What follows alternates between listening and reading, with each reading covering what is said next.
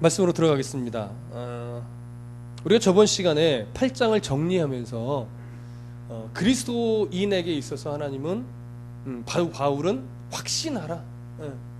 우리가 늘 그리스도인답지 못한 삶 때문에 절규도 하고 내가 왜 이러나 이렇게 영적인 자괴감도 갖기도 하지만 바울도 그렇게 고백했던 것처럼 그런 고백이 있는 것이 결국 뭐냐면 내 영이 살아있다는 증거고 성령 하나님의 음성을 지금 듣고 있다라고 하는 사실이었어요.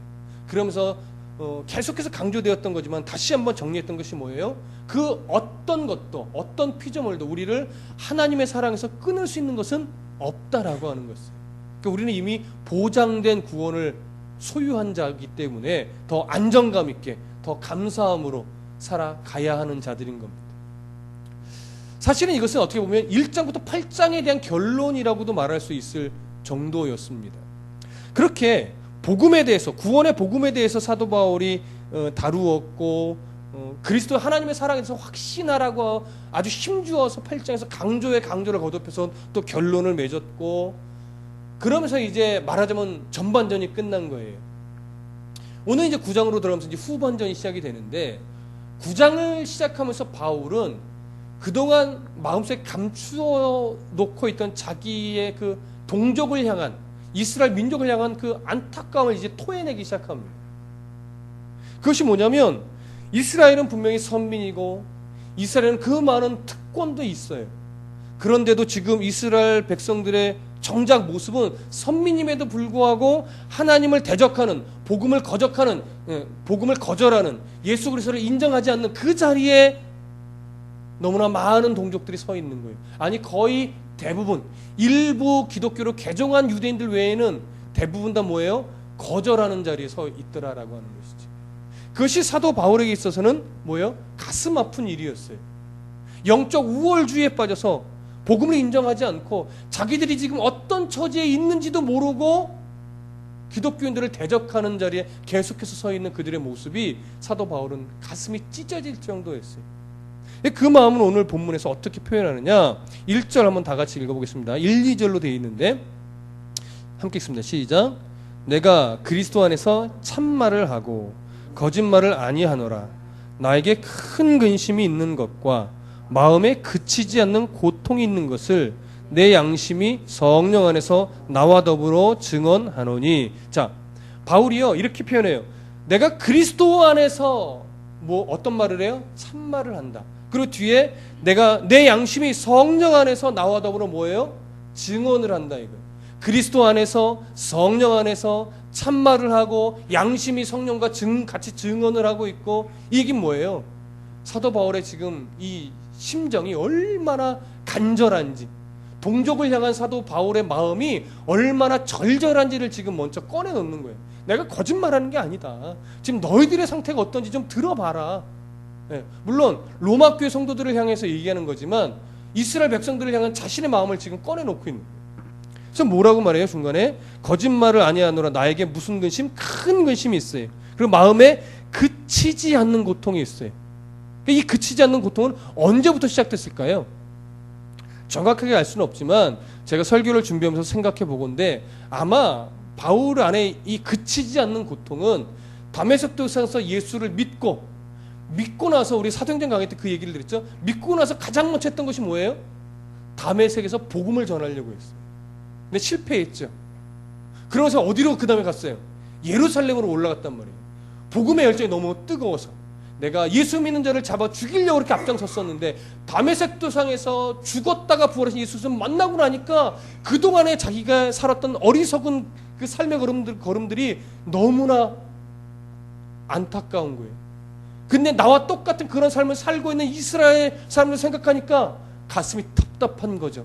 그 답답함이 어떻게 돼요? 예루살렘까지 올라가서 복음을 막 전했단 말이에요. 근데 그런 열정이면 한 사람이라도 막 그랬어요? 당신이 말하는 거 이게 진짜인가 봐 이럴 줄 알았는데 바울을 잡아 죽이려고 했지요.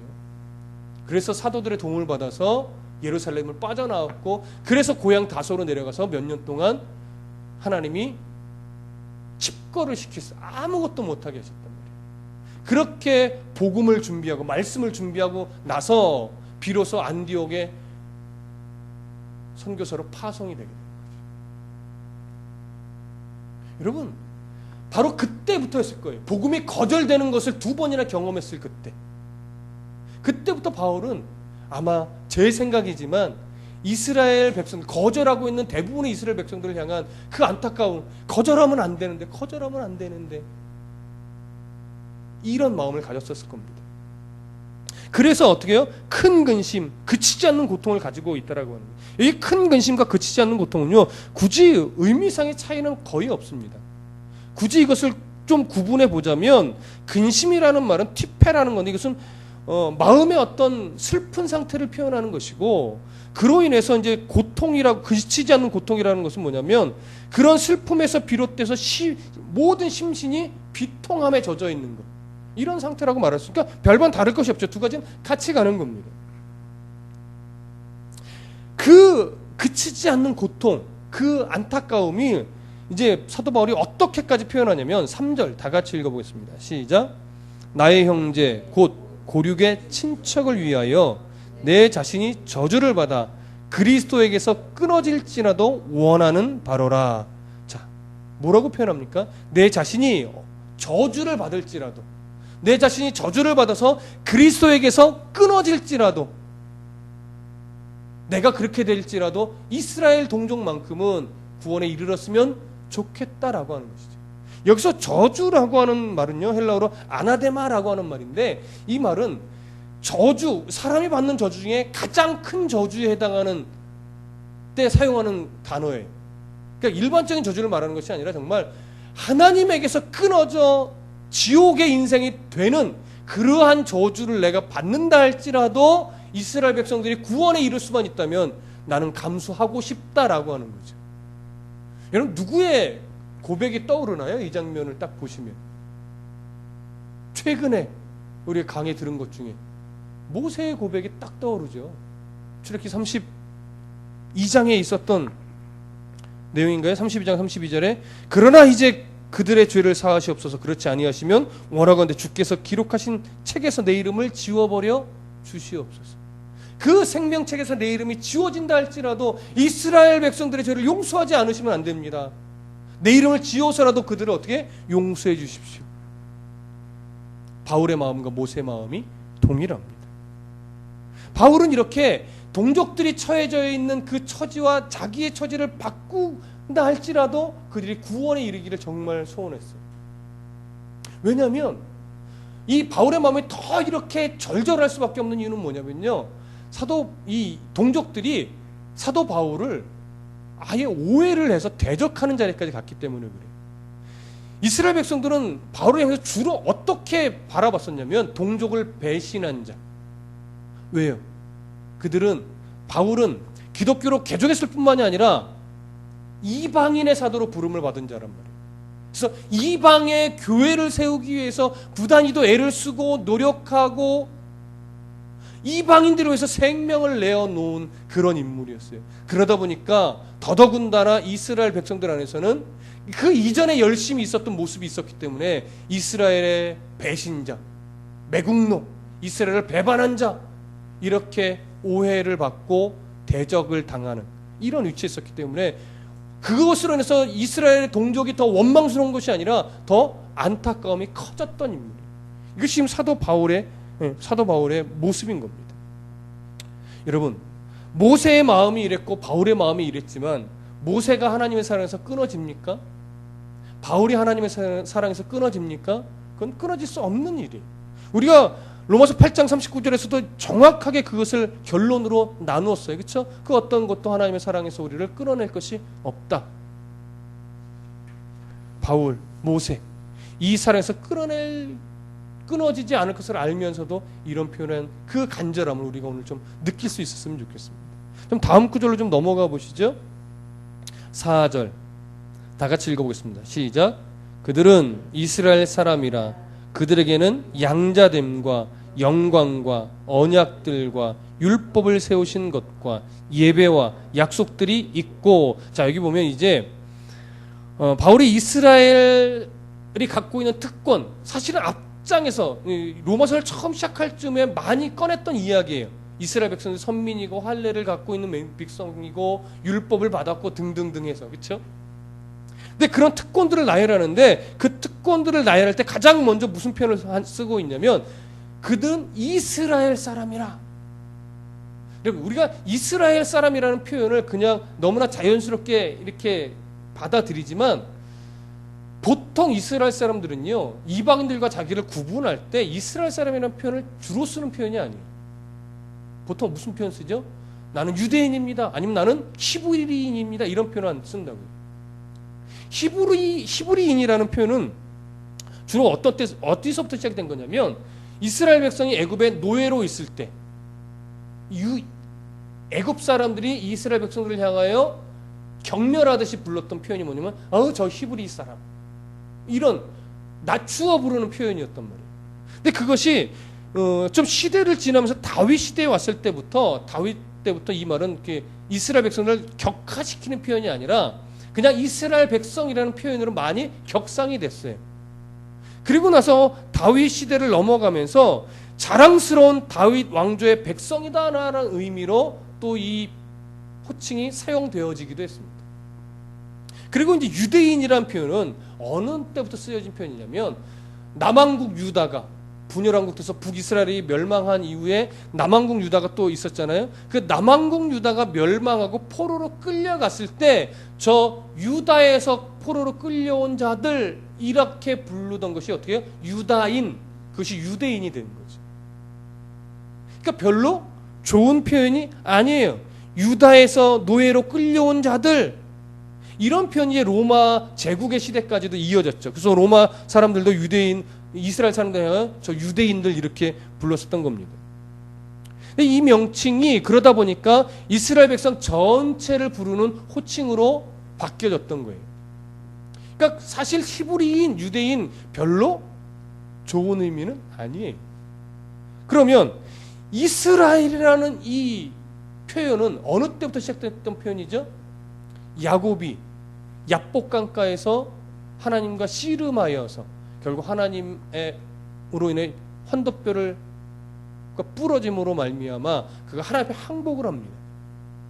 그러고 나서 받게 된 이름이 이스라엘이에요.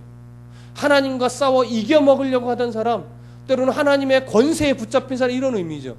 우리가 창세기 강의 때도 그 말씀을 드렸지만 이 표현은 긍정적인 표현이 아니에요. 너의 본질이 하나님과 싸워서 이겨먹으려고 했던 이런 고집쟁이였음을 너희들이 잊지 말아라. 너희들은 절대적으로 하나님의 은혜, 하나님의 도우심으로만이 살아가야 되는 존재다 라고 하는 걸 잊지 않기 위해서 그렇구나, 우리는 하나님과 싸워서 이겨먹으려 했던 어리석은 백성이지 앞으로 절대 그러면 안 되는 것이지, 이러한 인식을 가지라고 붙여주신 이름이 이스라엘이란 말이에요. 그러면서 이 이스라엘이라는 이름은 우리가 출애굽기를 지금 하면서 알게 됐지만 이스라엘이라는 이제 어떤 민족적인 이름으로서 언약에 성공을 하지요. 물론 한 번의 실패가 있었지만, 그래서 이스라엘이라는 이름은 하나님과 이스라엘 사이의 어떤 관계? 언약의 관계 때 쓰는 표현이에요. 그러니까 아주 특별한 관계죠. 다른 나라와는 있을 수 없는, 오직 이스라엘에게만, 유대인에게만 붙여질 수 있는 표현이 뭐냐면 이스라엘 백성이에요. 하나님과 특별한 언약의 관계. 그 언약의 백성이라는 의미가 강조된 표현이 바로 이스라엘이라는 호칭이고, 이 언약 백성, 이스라엘 백성들이 가지고 있는 특권을 바울이 바로 양자됨, 영광, 언약들, 율법, 예배, 약속들, 5절에 보면 조상들, 그리고 그 조상들의 혈통을 이어서 그리스도가 태어나신 것, 이런 것들이 그들의 특권이다라고 지금 내세우고 있는 거예요. 여러분, 우리가 잘 알고 있다시피 양자되면 뭡니까? 이스라엘의 어떤 신분이 법적으로 하나님의 소유가 됐다라고 하는 의미잖아요. 영광이라는 것은 뭐예요? 출애굽 때부터 하나님은 영광으로 임재하셔서 동행해 주셨어요. 구름기둥, 불기둥, 또 성막으로 하나님의 동행해 주심, 그 하나님의 영광은 한시도 하나님이 없었던 적이 없었어요. 성막과 함께 언제나 이스라엘과 영광으로 함께 해주셨습니다. 언약이라는 것은 뭡니까? 아브라함 때부터 받아왔던 언약이에요. 아브라함 언약으로, 또 이삭으로 이어지고 야곱으로 이어지고, 그것이 야곱의 12아들 12지파로 이어지는 그 언약들. 언약으로 인해서 하나님의 늘 보호하심을 받아왔던 민족들이에요. 율법이라는 것은 뭡니까? 그렇게 앞에서 양자된 자들, 하나님의 소유된 자들이 어떻게 하나님의 백성으로 살아갈 것인가에 대한 그 길들이 안내되어 있는 것이 율법이죠. 그래서 그 길은 누구에게로 맞춰진 길이에요? 예수 그리스도에게로 맞춰진 길이죠. 그리고 예배라는 건 뭡니까? 하나님의 영광이 함께하는 자들로서 그 하나님을 경외하며 높이는 것이 바로 예배이죠. 그리고 약속들이라는 것은 결과적으로 이 모든 것들이 종합돼서 메시아의 도래를 소망할 수 있는 특별한 약속을 받은 그런 민족이라는 겁니다.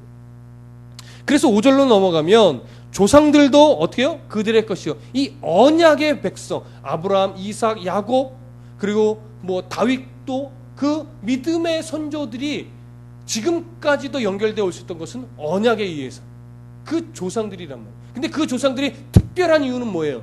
그 조상의 혈통을 따라서 결국은 누가 오셔서 예수 그리스도께서 오셨기 때문에 이 조상은 특별한 거예요. 이방 나라에는 있을 수 없는 특별한, 그래서 결국 구원의 문이 다윗의 후손으로 오신 예수 그리스도로 인하여 우리에게 열렸다라고 하는 거죠.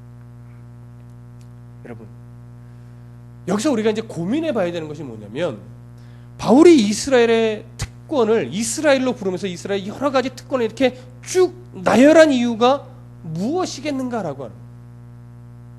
그래, 이스라엘 특권이 이런데 그래서 뭐라고 하는 거죠?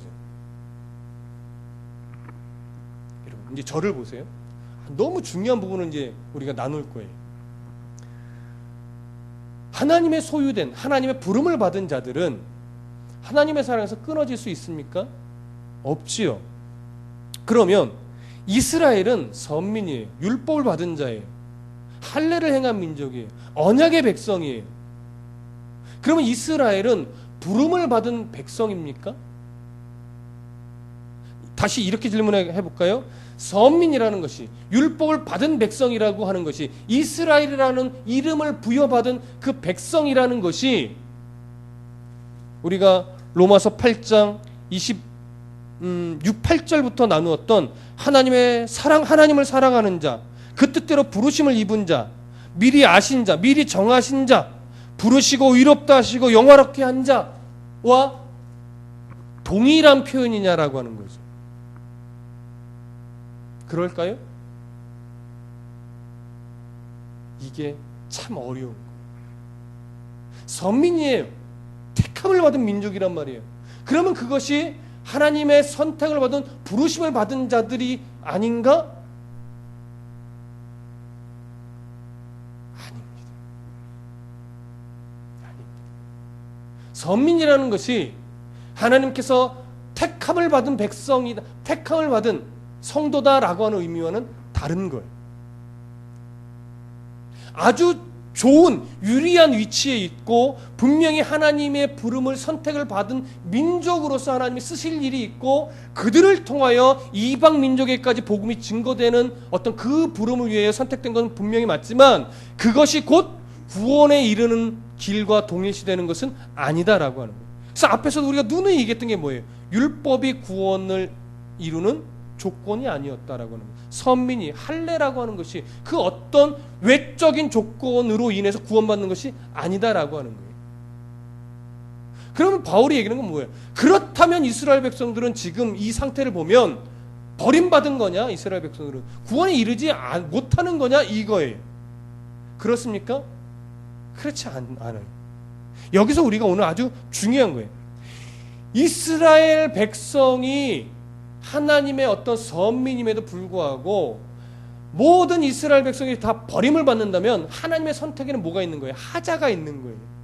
그러나 하나님은 부른 자들을 구원에 이르지 못하게 하는, 그 실패에 이르게 하지는 않죠. 하나님의 섭리는 그래요. 하나님 실패함이 없으신 분이란 말이에요. 그래서 우리가 좀 어디를 보시냐면 9장 6절을 한번 보세요. 9장 6절과 7절. 우리가 좀 정확하게 이제 알아가야 되는 부분입니다. 6절 7절 함께 읽어보겠습니다. 시작. 그러나 하나님의 말씀이 폐하여진 것 같지 않도다. 이스라엘에게서 난 그들이 다 이스라엘이 아니요 또한 아브라함의 씨가 다 그의 자녀가 아니라 오직 이삭으로부터 난 자라야 내 씨라 불리리라 하셨으니. 이스라엘에게서 난 자가 다 이스라엘이 아니에요. 아브라함의 씨에서 났다고 다 아브라함의 자녀가 아니라는 거예요. 이 얘기는 결국 뭐예요? 이스라엘 백성이라고 해서 다 부름을 받은 하나님의 사랑을 입은 자는 아니다라고 하는 거죠. 그럼 11절 한번 보실까요? 11절. 11절부터 18절까지 한번 쭉 읽어볼게요. 시작. 그 자식들이 아직 나지도 아니하고 무슨 선이나 악을 행하지 아니한 때에 택하심을 따라 되는 하나님의 뜻이 행위로 말미암지 않고 오직 부르시는 이로 말미암아 서게 하려 하사 리브가에게 이르시되 큰 자가 어린 자를 섬기리라 하셨나니 기록된 바 내가 야곱은 사랑하고 에서는 미워하였다 하심과 같으니라. 그런즉 우리가 무슨 말을 하리요? 하나님께 불의가 있느냐? 그럴 수 없느니라. 모세에게 이르시되 내가 긍휼히 여길 자를 긍휼히 여기고 불쌍히 여길 자를 불쌍히 여기리라 하셨으니 그런즉 원하는 자로 말미암음도 아니요 다른 복질하는 자로 말미암음도 아니요 오직 긍휼히 여기시는 하나님으로 말미암음이니라. 성경이 바로에게 이르시되 내가 이 일을 위하여 너를 세웠으니 곧 너로 말미암아 내 능력을 보이고 내 이름이 온 땅에 전파되게 하려 함이라 하셨으니 그런즉 하나님께서 하고자 하시는 자를 긍휼히 여기시고 하고자 하시는 자를 완악하게 하시느니라. 이 얘기는 뭡니까? 선택과 유기를 말하는 거예요. 하나님이 선택하고 하나님이 버릴 능력이 없느냐라고 하는 것이죠. 그래서 선택과 유기는 이전에도 잠깐 말씀드렸지만 선택과 유기는 중앙선상에 놓고 하는 표현이 아니에요. 이미 다 지옥에 버려진 자들이라는 전제가 깔려 있는 거예요. 거기서 특별히 하나님은 긍휼히 여길 자를 긍휼히 여기셔서 지옥의 인생에서 어떻게 해요? 하나님의 자녀의 인생으로 신분을 바꿔주신 거예요. 이것이 감사한 거예요. 이것이 우리에게 은혜인 것이죠. 근데 이렇게 선택과 유기를 이야기하시고 나서 19절부터 23절에 아주 중요한 얘기를 하시는데 중요합니다. 한 번 더 또 읽어볼게요. 19절부터 23절 시작.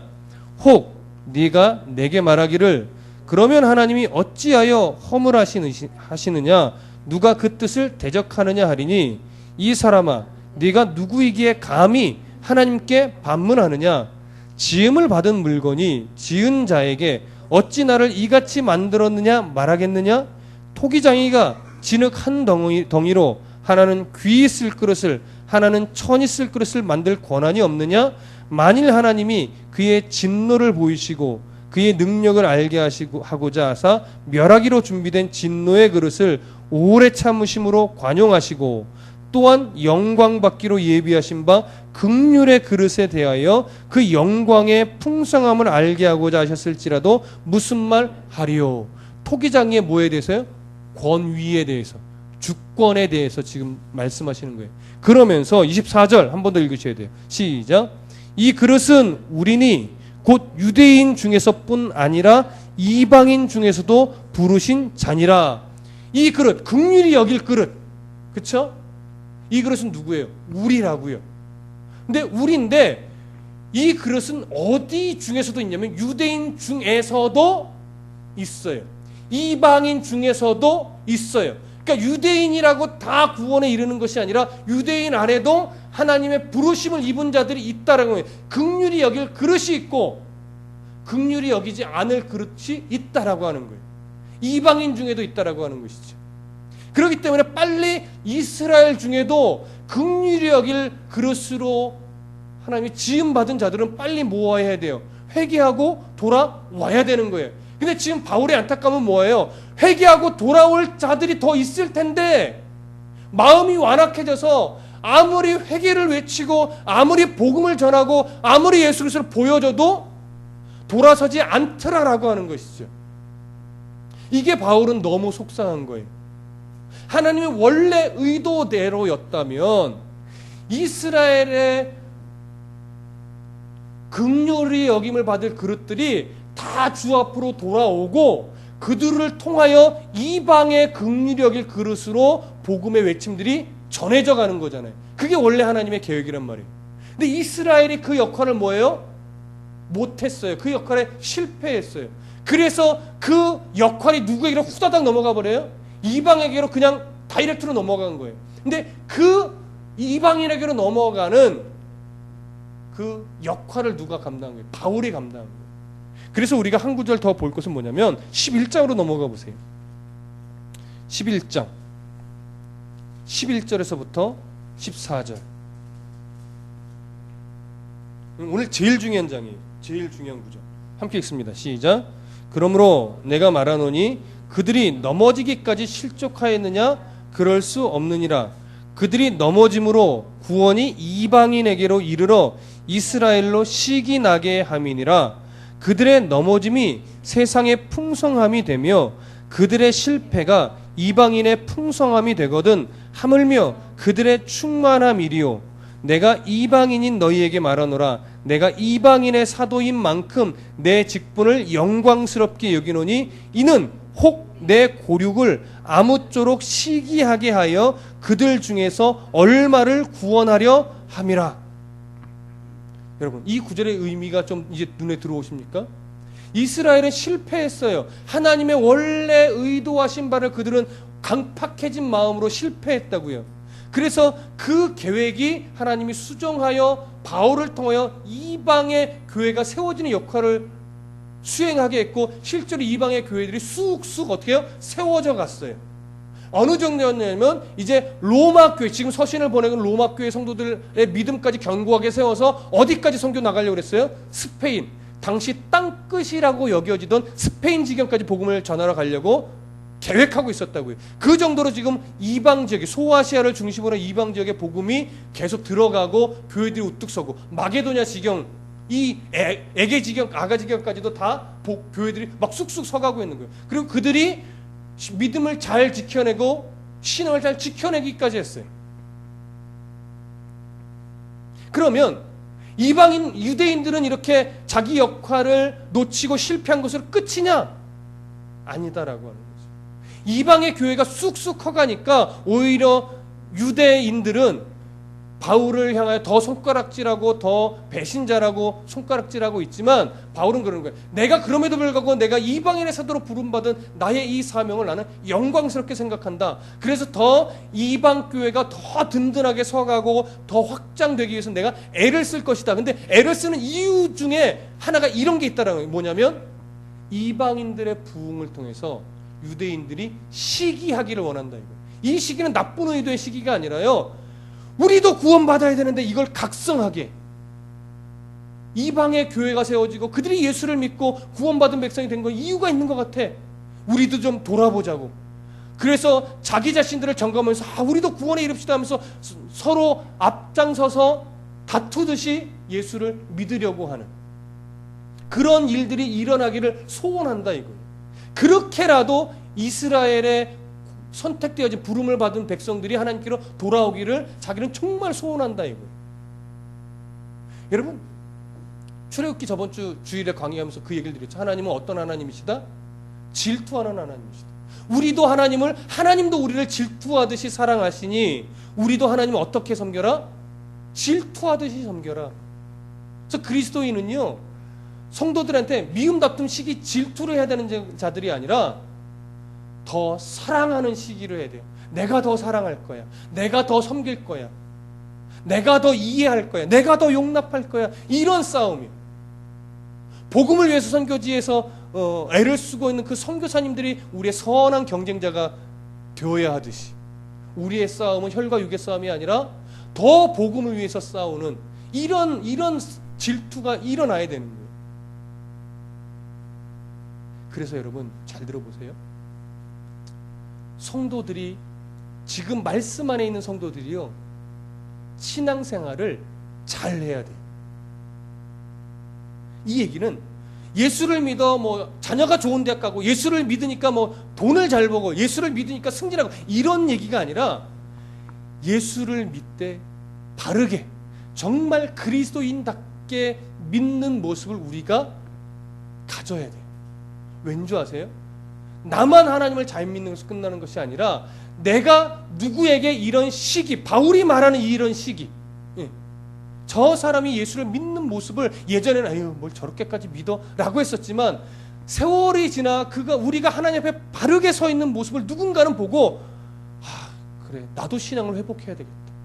나도 예전에 알고 있던 하나님을 좀 알았었는데 그때는 내가 신앙을 너무 잘못 알았었네. 신앙이 그런 게 아니지. 그래, 나도 저 집사님처럼, 나도 저 성도처럼 예수를 좀 바르게 믿어봐야지 하는 도전이 몇 명이라도 일어나고, 여기 바울의 고백이 뭐래요? 얼마를 구원하게 하리라. 몇 명이 됐든지 간에 하나님의 부르심을 받아 그들이 구원에 이를 수 있도록 내가 지금 예수를 잘 믿어야 돼요. 여러분, 한국교회는 지금요 많이 강팍해지고 있는 건 사실이, 그건 부인할 수가 없어요. 그렇죠? 근데 오히려 동남아나 이런 선교지의 교회들은요 아주 정직하게 세워져 가고 있는 교회들이 많아요. 그런데 참 우스운 거는 뭐냐면, 한국교회가 후원을 하잖아요. 그럼 선교사님도 그 얘기를 오셔서 했는데, 캄보디아에서도 뭐 교회에서 돈을 좀 뭐 후원해 주네, 또 단기 선교가 와가지고 그 선물을 갖고 왔네 하면서 그들을 섬기는 것이 아니라 뭐 하러 왔다고요? 사진 찍으러 왔다고 선교사에 표현할 정도로, 네? 뭔가 생색내고 그 별거 아닌 것 좀 주면서 생색내고 내가 이렇게 하는, 이건 뭐예요? 선교가 잘못된 거죠. 그들이 봐야 될 것은 뭐냐면, 선교지가 우리가 돕는다 이것이 아니라 하나님이 선교지를 세워가시는 그 순서를 보면서 완악해지고 때묻고 변질되어 있는 내 신앙을 뭐예요? 돌이켜야 돼요.